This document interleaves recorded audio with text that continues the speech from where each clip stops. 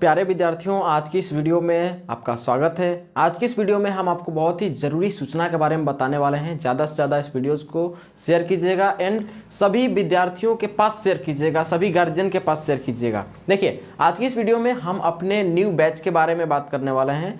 हमारा कोचिंग का नाम आप सभी को पता है, जो चैनल का नाम है वही मेरा कोचिंग का भी नाम है, पब्लिक कोचिंग सेंटर। हमारे कोचिंग में क्लास 12th का बैच 1 मार्च से शुरू हो रहा है। आज है आपका 27 फरवरी 2024 और आज है आपका 11th क्लास का एग्जाम, फिर कल 28 का भी और 29 को भी 3 दिन आपका एग्जाम हो रहा है और 1 मार्च से आपका क्लास शुरू हो जाएगा। आप हर जगह पे मेरे सोशल मीडिया, व्हाट्सएप, हर जगह पे पोस्टर को देखे हुए हैं। जो भी जानकारी चाहिए वो सारे जानकारी के बारे में आज के इस वीडियो में ही हम बता देते हैं।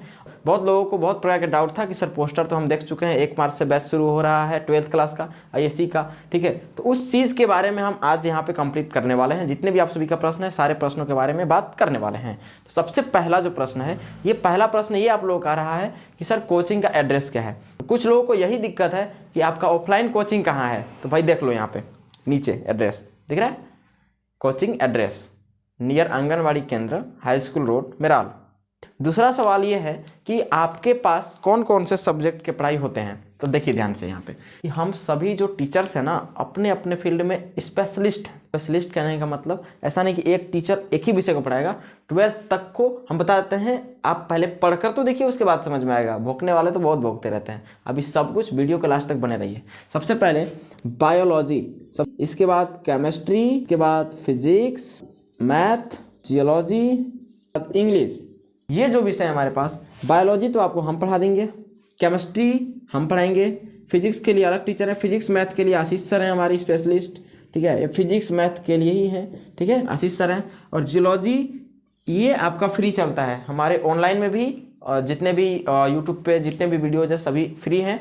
और जितने भी हमारे कोचिंग में भी जो पढ़ते हैं, खासकर जियोलॉजी, तो वो जियोलॉजी हमारा फ्री रहता है, बिल्कुल भी इसका कोई भी पैसा फी नहीं लगता है, ठीक है। अब इंग्लिश में 2 पोर्शन आता है, एक आता है आपका बुक का, एक आता है ग्रामर का। तो ग्रामर जो है वो है आशीष सर का और जो बुक है वो हम पढ़ाते हैं ऐसे, ठीक है। तो 2 टीचर्स मिलकर ISC के सभी विषयों को हम लोग मैनेज कर देते हैं और बाकी जो भी विषय होता है उसके लिए भी हम लोग बहुत चीज़ें सजेस्ट करते हैं स्टूडेंट्स को। इस बार क्या हुआ था कि सिर्फ जियोलॉजी का ही वीडियो आप तक पहुंचा है और इस बार क्या होगा, इस बार के सेशन से जो भी पढ़ाई होगा वो यूट्यूब पे भी करवाया जाएगा। बट एक जो फिजिकल क्लास में जो पढ़ने का जो तरीका होता है ये अलग होता है और ऑनलाइन वाला जो है ये अलग होता है पूरा। इस बार सभी विषयों को हम लोग ये करने वाले हैं, मतलब ऑनलाइन भी करने वाले हैं। जो भी पढ़ाई होगा वो वीडियोज़ में भी रहेगा, जिससे रिवीजन टाइम में स्टूडेंट्स को किसी प्रकार का कोई भी दिक्कत ना हो, ठीक है। तो ये तो हो गया विषय का, एड्रेस आपको पता लग गया, ठीक है।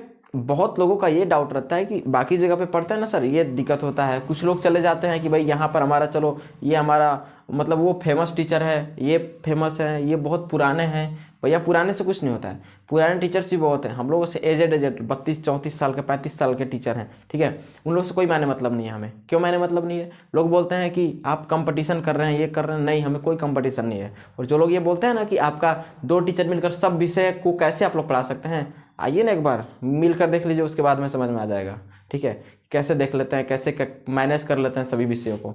और एक चीज़, हमारे कोचिंग में जो भी पढ़ाई होगा वो अल्टरनेट सब्जेक्ट पढ़ाई नहीं होता है। ऐसा नहीं कि MWF में, TTS में हम लोग पढ़ा रहे हैं, ऐसा नहीं है। 1 दिन 20 नहीं होगा, परमानेंट जो विषय चल रहा है चलेगा, कॉन्सेप्चुअल होगा, 100% बेसिक क्लासेस के साथ विथ नोट्स सब चीज़ आपको मिलेगा। और एकदम बोलते हैं ना कि एक्सपीरियंस टीचर, अनुभवी शिक्षक, किस टाइप से प्रश्न आता है, किस टाइप से पूछा जाता है। एक होता है कि अगर हम बैच शुरू कर दिए तो बैच शुरू करने के दौरान क्या होता है कि बैच तो शुरू हो गया, क्लास चल रहा है, चलने दो, भले 2 दिन केमिस्ट्री पढ़ा रहे हैं, 10 दिन ये पढ़ा दे रहे हैं, ऐसे इससे मतलब नहीं है। सिलेबस पूरा हो या ना हो, हमारे बहुत सारे स्टूडेंट हैं, उन लोग क्या बोलते हैं कि सर जो कॉन्सेप्ट है वो कॉन्सेप्ट ही क्लियर हो जाए, यही सबसे बड़ी बात है। टीचर को तो नाम नहीं लेंगे, स्टूडेंट्स का भी नाम नहीं लेंगे, बट ऐसा कहा जाता है, विद्यार्थी लोग बोलते हैं, ठीक है। तो ये गलत चीज़ है। और हमारे लोकल भी टीचर जितने भी हैं, सभी से रिक्वेस्ट है कि थोड़ा सा सर लैक ऑफ नॉलेज ये नहीं होना चाहिए एक शिक्षक में। हम लोग जब क्या होता है कि जब हम शिक्षक बन जाते हैं ना, तो शिक्षक का जो पद पे आ जाते हैं तो हम पढ़ाने लगते हैं, तो होता ये है कि अपने पढ़ना बंद कर देते हैं। पढ़ाते तो हैं विद्यार्थियों को, बट अपने पढ़ना बंद कर देते हैं। यही सबसे बड़ी भूल है एक शिक्षक की। तो इसको आप क्या बोलिएगा, अगर एक कॉन्सेप्ट ये कहता है कि अगर आप किसी भी चीज़ को पढ़ा रहे हैं तो उसका रिवीजन करते रहना पड़ता है। रिवीजन जब तक नहीं कीजिएगा तब तक आप न्यू न्यू कॉन्सेप्ट को अच्छे तरीके से और नया नया तरीका नहीं दे सकते हैं, क्योंकि हर एक विद्यार्थी एक जैसा नहीं होता है। अगर टीचर एक जैसा ही मूड में पढ़ा रहा है, एक जैसा ही वो अपने जिद पढ़ा हुआ है कि नहीं हमारा यही तरीका है, पढ़ना है पढ़ो, नहीं पढ़ना है मत पढ़ो, ये कौन सा तरीका होता है। Lack of language and lack of education, ये दोनों नहीं चलेगा। ठीक है, कोई भी शिक्षक को हम बताते हैं कि जानकारी अगर नहीं है तो उस टॉपिक को पोस्टपोन कर दो, उसको पढ़ के पढ़ाओ। लेकिन यहाँ पे शिक्षक बनने के बाद ऐसा टीचर लोग सोचने लगते हैं ना कि लगता है कि हमसे बढ़कर कोई है ही नहीं है इस दुनिया में। ठीक है, तो याद रखिए पढ़ के ही पढ़ाइए, बट अच्छे से पढ़ाइए। और विद्यार्थी लोग से आप सभी से रिक्वेस्ट है कि संस्थान अच्छा चुने आप लोग। हमारा कोई संस्थान नहीं है, मेरा कोचिंग सेंटर ही है, संस्थान हो जाएगा आने वाले समय में, बट जो पढ़ाता है ना हमें भरोसा होता है। ठीक है, अगर कोई 12th का भी हम लोग कंटेंट देते हैं ना तो हम लोग जब अगर एक कंटेंट आपको दे रहे हैं, जैसे होता है ना कि एक टॉपिक को हम बोल देते हैं कि मोस्ट VBI है, जियोलॉजी का भी अभी आप लोग एग्जाम दिए होंगे, जो पीछे पुराने स्टूडेंट हमारे देख रहे होंगे उन लोग, तो आप एग्जाम दिए होंगे ना, तो जो एग्जाम देते हैं जियोलॉजी की वे खुद बोलते हैं कि सर कॉन्सेप्ट चल क्वेश्चन नहीं आया था, बस हम क्वेश्चन आंसर नहीं कराए। इस बार चैनल पे भी आप देख लीजिएगा क्वेश्चन आंसर उतना नहीं करवाए हैं। रीजन क्या था, क्वेश्चन आंसर करवा देंगे तो विद्यार्थी सिर्फ क्वेश्चन आंसर देखेगा, सिलेबस पूरा हुआ ही नहीं है। तो सिलेबस पहले पूरा कराना, पहला धर्म। दूसरा धर्म, समय पे सिलेबस पूरा कराना है। ऐसा नहीं कि बहुत पहले ही करा दिए। ठीक है, समय पे सिलेबस पूरा कराना है, समय पे क्वेश्चन आंसर कराना है, और हाँ रिवीजन करना है। क्वेश्चन आंसर का रिवीजन नहीं करवाया जाता है, थ्योरी का रिवीजन करवाइए, ये सबसे बेहतर है। तो मेरा न्यू बैच सेशन जो है 1 मार्च यानी कि 2-3 दिन के बाद तुरंत शुरू होने वाला है। ज़्यादा से ज़्यादा विद्यार्थी लोग आ जाएं, जो भी लोकल हैं आप आने का प्रयास करें जल्द से जल्द, ये सबसे बेहतर मौका है। और फिर अगर आप 11th में भी नॉर्मल अभी कुछ नहीं पढ़े तो अभी भी कुछ नहीं बिगड़ा है, हम उसको बेसिक पूरा चीज़ कंप्लीट करवा देंगे। ठीक है, अगर आप कभी भी पढ़ाई करते हैं तो पढ़ाई करते हैं और आपको ऐसा लगता है कि लास्ट टाइम में हम लोग एग्जाम टाइम में सिर्फ क्वेश्चन आंसर देख लेंगे, तो ये भैया आपकी भूल है। लास्ट टाइम में आप क्वेश्चन आंसर देखकर भी आप कुछ नहीं कर सकते हैं। रीजन बताऊं क्या है, जब तक आपका कॉन्सेप्ट क्लियर नहीं है तब तक कुछ नहीं हो पाएगा। जियोलॉजी में भी बहुत सारे स्टूडेंट जो बाद में आते हैं ना, उन लोग का यही कहना था कि सर हमें क्वेश्चन आंसर दे दीजिए, ऐसा कोई क्वेश्चन सजेस्ट कर दीजिए जो क्वेश्चन ज़्यादा आता है। अब एक हम बात बताते हैं आपको कि अगर एक ही टॉपिक के बारे में हम बार बार यहाँ पे जब डिस्कशन करते हैं ना, तो डिस्कशन करते करते हम लोग को ये आइडिया आ जाता है और ये पता लग जाता है कि कौन सा क्वेश्चन बार बार पूछा हुआ है। उसके लिए हम लोग क्वेश्चन बैंक मिलाते हैं, कौन सा साल में कौन सा क्वेश्चन पूछा है, ये सब मिलाना पड़ता है। सवाल के हिसाब से देखते हैं कि ये सवाल पूछ सकता है या नहीं, कैसे इंपॉर्टेंट है ये सब चीज़। अब शिक्षक यहाँ पे क्या करवाते हैं, सिलेबस पूरा पहले करवाएंगे नहीं, सिलेबस जब तक पूरा करवाएंगे नहीं तब तक क्वेश्चन आंसर करवाएंगे नहीं। अब यहाँ पे बात है कि जो स्टूडेंट होता है ये तो हड़बड़ाए हुए हैं कि हमारा एग्जाम है अगले मंथ, सर कैसे किया जाए। तो गड़बड़ यहाँ पे हो जाता है, शिक्षक बोलते हैं कि चलो ना सिलेबस छोड़ दो, वो नहीं पूरा हो पाएगा, अब चलो इंपॉर्टेंट क्वेश्चन आंसर देख लो। और यही देन होता है कि विद्यार्थी ज़्यादातर एवरेज परसेंटेज लाते हैं, फेल भी नहीं करेंगे, क्योंकि आप इंपॉर्टेंट क्वेश्चन आंसर सिर्फ करवा दीजिएगा तो फेल तो होगा नहीं। ठीक है, कुछ ना कुछ नंबर ला ही लेगा, पासिंग नंबर लाएगा तो एवरेज विद्यार्थी ही कहलाएगा ना, उसको जानकारी तो है नहीं। बहुत सारे टीचर से होता है 10th में भी 12th में भी कि वे स्टार्ट तो कर देते हैं बैच। ठीक है, और अभी भी क्या हुआ है कि बैच अभी कुछ लोगों का जैसे ही 2024 आया हुआ था, तो उस टाइम तो मेरा एक्सीडेंट हुआ था ट्रेन से। ठीक है, तो 2024 जैसे ही आया था ना, तो 2 जनवरी से क्लास उन लोग का ऑन हुआ और 2 जनवरी से न्यू सेशन ऑन कर दिए, मतलब चालू, मतलब न्यू सेशन को चालू कर दिए भाई साहब। ये देखिए सबसे बड़ी भूल है, आपका एग्ज़ाम आज शुरू हो रहा है 27 फरवरी 2024 को, और आप 11th में, अभी तो 11th में ही है और आप एग्ज़ाम तक नहीं दिए हैं। एग्जाम का प्रैक्टिस करवाना चाहिए, और एग्जाम का प्रैक्टिस ना करवा के 1 जनवरी से ही क्या हो गया, आपका बैच शुरू हो गया 12th क्लास का। वाह भाई वाह, हमारे झारखंड के शिक्षक, इसको क्या बोलिएगा, बिजनेस बोलना होता है, इसको क्या बोलना होता है, बिजनेस। ठीक है, आप क्यों, कैसे, कौन हिसाब से आप पूरा करा दिए यार, 22 चैप्टर कौन हिसाब से पूरा होता है। ठीक है, 22 चैप्टर बायो का, 16 17 चैप्टर, सब कुछ मिला उला कर टॉपिक्स के साथ अगर देखें तो फिजिक्स केमिस्ट्री भी कम नहीं है।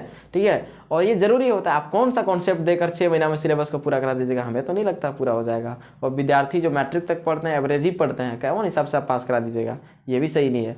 ठीक है, तो विद्यार्थियों की यहाँ पे गलती है। शिक्षक को अगर आप रोक कर रखते ना, तो ये बात हम पहले भी एक बताए थे कि एक स्टूडेंट आया मेरे पास, बोलता है जनवरी में, 14 जनवरी में नहीं हुआ था, मतलब क्या बोलते हैं 5-10 जनवरी हो रहा था, बोला कि सर हर जगह पे 12th शुरू हो गया, आप कब कर रहे हैं। बोले एक तमाचा बजेगा, गिर जाओगे नीचे, चुपचाप पढ़, चुपचाप 11th क्लास पहले पढ़ना जरूरी है ना। तो आज आपका एग्जाम खत्म हो रहा है 29 तारीख को, और 29 को जैसे ही खत्म होगा वैसे हमारा 1 मार्च से शुरू हो जाएगा। साथ ही साथ 10th क्लास का भी बैच मेरा शुरू होने वाला है तुरंत, 1 मार्च से ही शुरू हो जाएगा 10th बैच। लेकिन 10th बैच मेरा 1 से शुरू नहीं होगा, क्योंकि 1 और 2 मार्च को आपका एग्जाम है, किसका, 9th वालों का। तो 9th वाले 10th में जाएंगे ना, ऐसे होता है। ठीक है, तो ये थी एक छोटी सी जानकारी, लेकिन हम आपको एक चीज़ फिर से कहते हैं कि आप 11th के विद्यार्थी हैं, आपको 12th पढ़ना है, या आपको अभी भी इसमें से कुछ विद्यार्थी ऐसे होंगे जो 12th कर रहे होंगे, 12th पढ़ रहे होंगे, भैया हमें कोई मायने मतलब नहीं है, कीप इट अप, आप पढ़ते रहो, कोई हमको मायने मतलब नहीं है। यहाँ पे कुछ टीचर्स हमें ये रिप्लाई करेंगे कि आप हमें टारगेट कर रहे हैं, भैया हम नहीं टारगेट कर रहे हैं, आप पढ़ाइए ना, ठीक है। आप सिलेबस पूरा करा रहे हैं, किसी के गार्जियन कोई गार्जियन है, कोई विद्यार्थी आपको अपना भविष्य दे रहा है, आप उसके साथ खिलवाड़ कर रहे हो, यार ये तो नहीं चलेगा ना। 6-6 घंटा 7-7 घंटा पढ़ाइए, जब तक विद्यार्थी सेटिस्फाइड नहीं होता है तब तक पढ़ाइए। एक टॉपिक अगर आप खोल दिए तो एक टॉपिक पर 4 दिन नहीं चलना है, एक दिन में उसको कंप्लीट कराइए, भले लंबा जाए या छोटा जाए, ठीक है, ऐसे होता है पढ़ाई, ठीक है। तो सबसे पहले हम शिक्षकों से निवेदन करना चाहते हैं कि आपको पढ़ाने आता है कि नहीं आता है, हमें उससे घंटा मायने मतलब नहीं है, लेकिन आप जो टॉपिक पढ़ा रहे हैं गलत मत पढ़ाओ, ठीक है, कॉन्सेप्ट के साथ आप पढ़ाइए, ठीक है। और पढ़ाने के बाद आप वहाँ पे बताइए, ये बाबू ये ऐसे होगा, ऐसे होगा, ऐसे होगा, ठीक है, उसको पूरा चीज़ पढ़ा दीजिए, बच्चा क्लास में खुश। एक चीज़ याद रखिएगा, विद्यार्थियों लोग से हमारा रिक्वेस्ट है कि अगर आप जो पढ़ रहे हैं, कुछ भी टॉपिक है, चाहे कहीं भी कोचिंग में जाइए, कहीं भी कोचिंग में जाइए, 70% आपको जब तक क्लास में याद नहीं होता है ना, उस टीचर के पास पढ़ना ही बंद कर दो। लेकिन 70% याद करवाना ये डिपेंड करता है टीचर पे, कि टीचर किस एंगल से पढ़ाएगा कि 70% उसको याद करवाएगा, चाहे कैसा भी बच्चा है, कैसा भी बच्चा है, बोप देव ही क्यों ना हो, ठीक है, उसको 70% क्लास में याद करवाना है, तब मानेंगे शिक्षक, ठीक है। दूसरी बात यह है कि अगर आपको 70% याद नहीं हो रहा है, अगर विद्यार्थी खुद, अभी विद्यार्थियों के पक्ष में हम हो गए, शिक्षक का यहाँ पे ये कर रहे हैं, अगर विद्यार्थी खुद नालायक है, नहीं पढ़ रहे हैं आप, ठीक है, तो शिक्षक यहाँ पर भी रिस्क नहीं ले सकता है। लेकिन जो पढ़ने वाला है ना, उसे भी टीचर लोग 70% याद नहीं करवाते हैं। इस कैटेगरी में हम बोले कि नहीं सर आपको इतना पढ़ाने की आवश्यकता है, ठीक है। तो हम कोई ज्ञानी बाबा नहीं है, हम आपको ज्ञान नहीं देने वाले हैं। लोग बोलते हैं आप ज्ञान देते हैं, नहीं ज्ञान नहीं दे रहे हैं, और जगह पड़ेगा तो देना भी पड़ता है ना। तो यही बात है, बैच शुरू हो रहा है, ज़्यादा से ज़्यादा उपस्थिति दर्शाएं, ठीक है, और बेहतर से बेहतर जानकारी पाइए। मिलते हैं नेक्स्ट क्लास में, तब तक के लिए जय हिंद।